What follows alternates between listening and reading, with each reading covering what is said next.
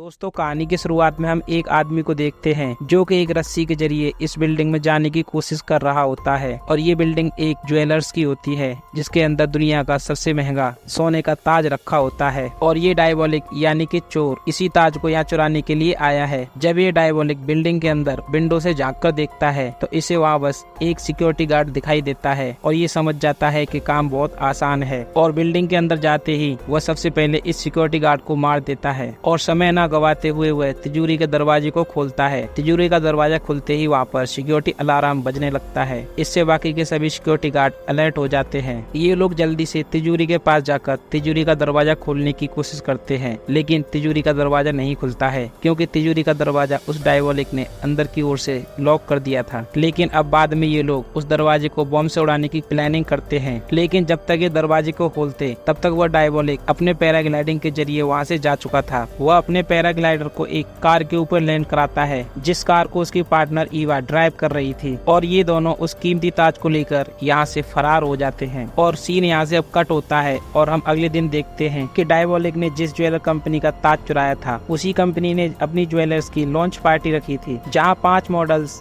अपनी कंपनी की सबसे महंगी ज्वेलरी को पहनकर डांस परफॉर्म कर रही होती हैं। ये ज्वेलरी इतनी खूबसूरत थी कि इसको देखकर वहाँ सभी लोग इसको लेने के लिए बेताब हो गए थे। इस पार्टी में सिक्योरिटी भी काफी टाइट रखी गई थी क्योंकि पहले भी डायबोलिक एक कीमती ताज चुरा चुका था। उन्हें डर था कि यहाँ भी कुछ ऐसा ना हो जाए। ये सुपर मॉडल्स जैसे ही अपना डांस परफॉर्म करके खत्म करती हैं, तभी यहाँ अचानक से लाइट चली जाती है। लाइट के बंद होते ही सिक्योरिटी इशू के चलते एक पुलिस ऑफिसर इन सभी सुपर मॉडल्स को एक सिक्योरिटी रूम के अंदर ले जाता है। इस रूम में जाते ही सिक्योरिटी गार्ड इस रूम का शटर बंद कर देता है और हमें दिखाया जाता है कि असल में ये कोई रूम नहीं था बल्कि एक कंटेनर था जो कि इन मॉडल्स को उठाकर यहाँ से ले गया। और जिस ऑफिसर ने ये काम किया था वो भी कोई पुलिस ऑफिसर नहीं था बल्कि वो डायबोलिक था जो कि पुलिस ऑफिसर का मास्क पहनकर वहाँ आया हुआ था। और इसी तरह एक बार फिर से वह बहुत सारी ज्वेलरी चुराने में कामयाब हो जाता है। इसके बाद हम देखते हैं कि वो डायबोलिक इन सभी सुपर मॉडल्स लड़कियों से वह ज्वेलरी उतरवा लेता है और उन्हें एक सुनसान जगह पर छोड़कर यहाँ से चला जाता है। जिसके बाद ये लड़कियाँ यानी कि मॉडल्स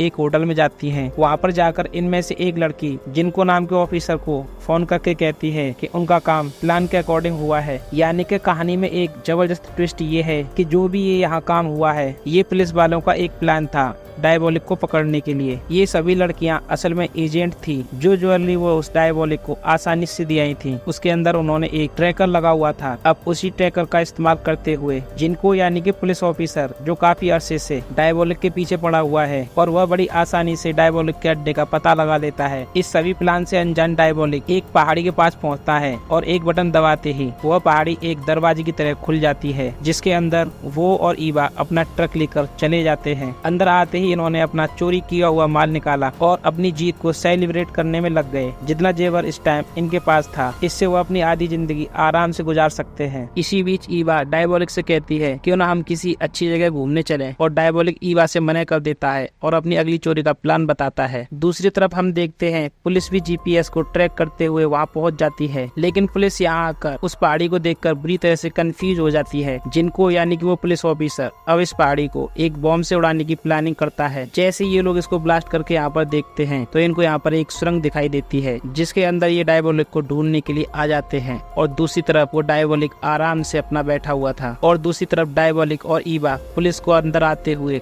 कैमरा के जरिए देख लेते हैं। इसलिए वो अपना सारा चोरी किया हुआ सामान छोड़कर किसी खुफिया रास्ते से बाहर निकल जाते हैं। और जब पुलिस यहाँ पहुँचती है तो वो दोनों इनको यहाँ नहीं मिलते, लेकिन जिनको को वो खुफिया रास्ता यहाँ दिखाई दे जाता है और वो भी उसी रास्ते से उनका पीछा करता है और उन्हें वो देख भी लेता है। इससे पहले कि पुलिस उन तक पहुँचती ये लोग तेजी से भागने लगे, लेकिन तभी ईवा का पाँव एक चट्टान में फंस जाता है। डायबोलिक उसका पाँव निकालने की कोशिश करता है, लेकिन तभी वो देखता है कि पुलिस वाले नजदीक आ रहे हैं और तभी वो ईवा को धोखा देकर वहाँ से अकेला भाग जाता है, जिस वजह से ईवा बहुत ज्यादा दुखी हो जाती है। और ये सब पुलिस भी देख लेती है कि कैसे डायबोलिक ने ईवा को धोखा दिया। अब इससे पहले कि पुलिस ईवा को पकड़ती, ईवा भी वहाँ करीब एक नदी में छलांग लगाकर अपनी जान बचा लेती है। यानी कि डायबोलिक और ईवा दोनों ही पुलिस के चंगुल से बच निकलते हैं, जिसकी वजह से जिनको बहुत ज्यादा दुखी हो जाता है क्योंकि वो बहुत मेहनत करके चोर के इतने करीब पहुंचा था, लेकिन चोर फिर भी उनके हाथ नहीं लगे। खैर अब इनके हाथ डायबोलिक की चुराई हुई बेशकीमती चीजें इनके हाथ लग जाती हैं। अरबों की ज्वेलरी, करोड़ों की पेंटिंग, महंगी महंगी गाड़ियाँ, पता नहीं क्या क्या, इन सबको पुलिस अब सब अपने कब्जे में ले चुकी थी। यहीं पर जिनको को एक शहर में बनी बिल्डिंग का नक्शा मिलता है। वो समझ गया कि ये डायबोलिक का जरूर दूसरा कोई खुफिया अड्डा होगा। बिना वक्त गवाए जिनको उस बिल्डिंग में जाता है और वहाँ जाकर तलाशी करना शुरू कर देता है। शुरू में तो उनको यहाँ कुछ भी नहीं मिला, लेकिन गलती से एक ऑफिसर का हाथ एक लीवर पर पड़ता है। लीवर के दबते ही वहाँ पर बेसमेंट में जाने वाला एक खुफिया रास्ता खुल जाता है। जिनको और उसकी टीम उस जगह को गौर से चेक करते हैं। ये जगह एक लैब की तरह बनी हुई थी। यहाँ पर डायबोलिक अपने लिए नकली मास्क बनाने का काम करता था, जिन्हें वो चोरी के दौरान इस्तेमाल किया करता था। इससे पहले एक पुलिस वाले यहाँ पर कुछ करते, जिनको सभी को यहाँ पर कोई भी चीज टच करने के लिए मना कर देता है। वो जानता है कि डायबोलिक यहाँ जरूर अगली चोरी करने से पहले यहाँ आएगा। अब यहाँ से सीन कट होकर हम जिंकू की फियोंसे को देखते हैं, जो कि शहर की मलिका है और वह जिंकू से बहुत प्यार करती है और उससे शादी करना चाहती है। लेकिन जिंकू उससे कहता है कि हम अभी शादी नहीं कर सकते, जब तक कि मैं डायबोलिक को नहीं पकड़ लेता तब तक हम शादी नहीं करेंगे। ये सुनकर वह क्वीन चुप हो जाती है। वो जिंकू से कहती है, अच्छा ठीक है, कुछ दिन बाद मेरी पार्टी है, उसमें मैं बहुत कीमती हार पहनूंगी। मैं चाहती हूँ कि उस दिन आप मेरे साथ पार्टी में रहो ताकि उस नेकलेस को कोई चुरा न सके। सीन कट होकर हमें उस बिल्डिंग का सीन दिखाया जाता है जहाँ डायबोलिक ने मास्क बनाने वाली मशीन रखी थी। यहाँ पर पहले से ही बहुत सारे पुलिस ऑफिसर्स तैनात थे। डायबोलिक वहाँ पर माइक लगाकर सभी ऑफिसर्स की बात सुनना शुरू कर देता है। पुलिस वाले अपनी ड्यूटी चेंज कर रहे थे और अब ड्यूटी थी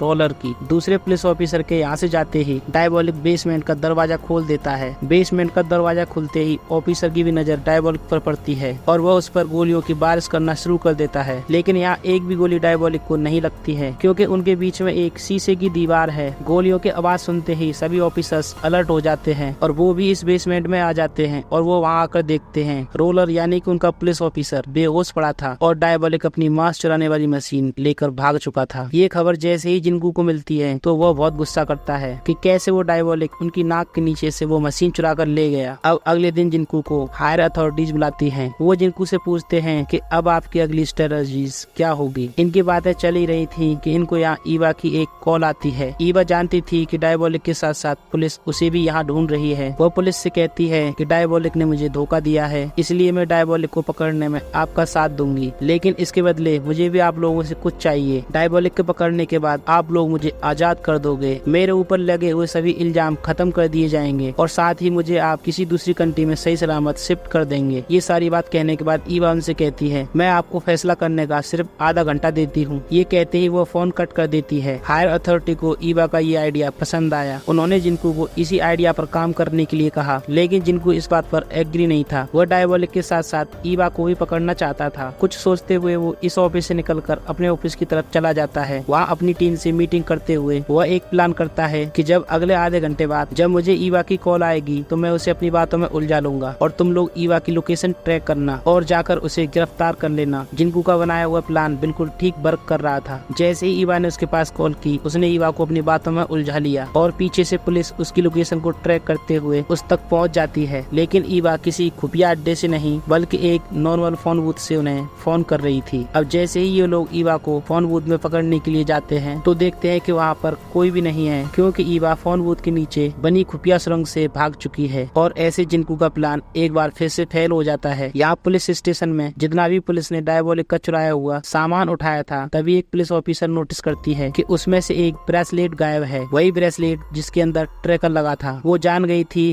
कि जरूर ये ईवा का ही आदमी होगा और इस चीज की खबर वो फौरन जिनको को दे देती है, जिसका मतलब ये था कि ये लोग अभी भी ईवा की लोकेशन को ट्रैक करके उसे पकड़ सकते थे। इनका शक बिल्कुल ठीक था। ईवा ने वो ब्रेसलेट पहन रखा था जिसकी मदद से वो लोकेशन को ट्रैक करते हुए उस तक पहुंच जाते हैं। एजेंट रोलर उसके पास पहुंचते ही उसके ऊपर बंदूक तान चुके थे। इससे पहले कि वो ईवा को गोली मार देता, ईवा उस पर ही हमला करते हुए उसकी बंदूक छीनकर यहाँ से उसी की गाड़ी में भाग जाती है। जब जिनको लोकेशन तक पहुंचा तब तक ईवा वहाँ से जा चुकी थी। उन्होंने रोलर को जमीन पर गिरा हुआ पाया। रोलर बहुत खुश था। उसने डायबोलिक का चुराया हुआ ब्रेसलेट वापस से हासिल कर लिया, लेकिन वो ये बात नहीं जानता था कि यही ब्रेसलेट तो उसको बार बार ईवा तक लेकर जा रहा था। उसकी यही बेवकूफी उसकी जॉब का खतरा बन जाती है और उसे फील्ड पर जाने के लिए मना कर दिया जाता है। यहाँ हम देखते हैं कि जिंकू का प्लान फेल होने पर और अथॉरिटी की बात उसे न मानने की वजह से अथॉरिटीज उस पर बहुत गुस्सा है। वो उसे लास्ट वार्निंग देते हैं कि अगर उसने ईवा के साथ मिलकर काम ना किया तो उसे नौकरी से निकाल दिया जाएगा। जिंकू के पास कोई दूसरा ऑप्शन था ही नहीं, इसलिए उसने ईवा के साथ मिलने का फैसला कर लिया और वो अब ईवा को एक मैसेज भेजता है जिसको पढ़कर ईवा उसके पास कॉल करती है। इसी के बाद ये लोग मिलने का प्लान बनाते हैं। ईवा यहाँ जिंकू को बताती है कि डायबोलिक अपना चोरी का माल किसी भी हालत में वापस हासिल करना चाहता है। इसलिए हमें अंडरवर्ल्ड में इस बात को फैला देना होगा कि पुलिस डायबोलिक उसका चुराया हुआ सारा माल किसी सेफ जगह पर ले जा रही है। डायबोलिक उसे लेने के लिए जरूर आएगा और तभी हम डायबोलिक को पकड़ सकते हैं। ईवा प्लान एक्सप्लेन करती है। वो ये खबर अंडरवर्ल्ड में फैलाने के बाद बहुत सारी सिक्योरिटी की गाड़ियों के बीच एक वैन को निकालेंगे, लेकिन इस वैन में हम असली सोना नहीं रखेंगे। ये वैन सिर्फ डायबोलिक को डिस्ट्रैक्ट करने के लिए होगी। उसे लगेगा कि इसमें सोना है, इसलिए वह उसे चुराने के लिए जरूर आएगा। उस वैन को हम एक सुरंग से गुजारेंगे और जैसे ही डायबोलिक सुरंग तक पहुंचेगा हम उसे चारों ओर से घेर लेंगे। दूसरी तरफ असली सोने को हम एक खटारा सी वैन में किसी दूसरी जगह भेज देंगे। जिनको को ये आइडिया बहुत पसंद आया था और ये लोग इस आइडिया के ऊपर वर्क करना शुरू कर देते हैं। उसने अब अपने अंडरकवर एजेंट की मदद से अंडरवर्ल्ड में ये बात फैला दी कि पुलिस चोरी का सारा माल किसी दूसरी जगह पर शिफ्ट करने वाली है। जिसके बाद चिंकू अपनी फियांसे के पास गया और उसने अपने फियांसे से कहा, मुझे माफ करना लेकिन मैं पार्टी में तुम्हारे साथ नहीं आ सकता। रही बात नेकलेस की, तो वह उसकी सिक्योरिटी के लिए अपने सबसे काबिल ऑफिसर को वहाँ भेज देगा। अब फाइनली वह दिन भी आ गया जिस दिन डायबोलिक जिनको के हाथ लग जाता। दूसरी तरफ हम देखते हैं कि क्वीन ने अपने आप को तैयार कराने के लिए शहर की एक बेहतरीन मेकअप आर्टिस्ट अपने घर बुलाई। यहाँ पुलिस स्टेशन के अंदर सभी पुलिस ऑफिसर्स को प्लान समझाया जा रहा था। अब परेशानी ये आ रही थी, सभी लोग अगर मिशन पर जाएंगे तो असली माल वाली वैन कौन चलाएगा। जिसके जवाब में ऑफिसर रोले कहते हैं कि ये काम मेरा है, इसे मैं ही करूंगा। मैं अपनी पहली गलतियों का भी पछतावा करना चाहता हूँ। देखिएगा मैं ये काम बहुत जिम्मेदारी से करूंगा। जिसके बाद लूट का सारा माल एक छोटी सी वैन में डाल दिया गया। ऑर्डर मिलते ही अब ये लोग नकली वैन को ये सिक्योरिटी के साथ बाहर निकाल देते हैं, जबकि दूसरी तरफ रोलर माल से भरा हुआ ट्रक दूसरे रास्ते से होकर निकल जाता है। प्लान के मुताबिक जब सभी गाड़ियां सुरंग के अंदर से गुजर रही थी तब अचानक सुरंग का दरवाजा बंद हो गया और अचानक साइड से एक आदमी निकला। सबको लगा कि ये डायबोलिक है। सबने धड़ाधड़ गोलियां चलाना शुरू कर दिया, लेकिन ये तो सिर्फ एक मोम का पुतला था। अब सीन कट होकर हम क्वीन को देखते हैं जिसका नेकलेस भी चोरी हो चुका था। दूसरी तरफ रोलर भी उस माल वाली गाड़ी को हाईवे से उतारकर जंगल के रास्ते पर ले जाता है, जहाँ कुछ ही दूर जाने पर उसे एक लड़की मिलती है। ये दोनों मास्क उतारते हैं। बड़ी हकीकत हमें ये रिवील होती है कि वो लड़की, वो मेकअप आर्टिस्ट जो यहाँ रोलर को मिली है, वो कोई और नहीं बल्कि ईवा है, जिसने क्वीन का नेकलेस चुरा लिया है। और ऑफिसर रोलर भी असल में पुलिस नहीं बल्कि डायबोलिक था। डायबोलिक ही है। अब सीन फ्लैशबैक में जाता है और अब हमें पता चलता है कि ये सारा डायबोलिक का बनाया हुआ प्लान था। उसने उस दिन जानबूझकर ईवा को पीछे छोड़ा था ताकि पुलिस को लगे कि उसने ईवा को धोखा दिया है और वो ईवा की बातों पर यकीन करें। और उस दिन जिस दिन डायबोलिक अपनी मास्क मशीन चुराने के लिए बेसमेंट में गया था, उस दिन उसने ऑफिसर रोलर को सच में मार दिया था। जिसके बाद ऑफिसर रोलर का मास्क बनाया और खुद पहन गया। इस तरह से वो साथी चोर पुलिस के दरमियान घूमता रहा और किसी को शक भी नहीं हुआ। और अब डायबोलिक ने अपना लूटा हुआ सारा माल वापस हासिल कर लिया था। अब ये जानकर जिनको को सबसे ज्यादा सदमा हुआ, ना उसके हाथ डायबोलिक लगा और ना ही उसके हाथ आया सारा माल, और साथ ही साथ उसने अपने फियांसे का बेशकीमती नेकलेस भी गवा दिया। वीवा और डायबोलिक सारा माल लेकर दूसरे मुल्क शिफ्ट हो जाते हैं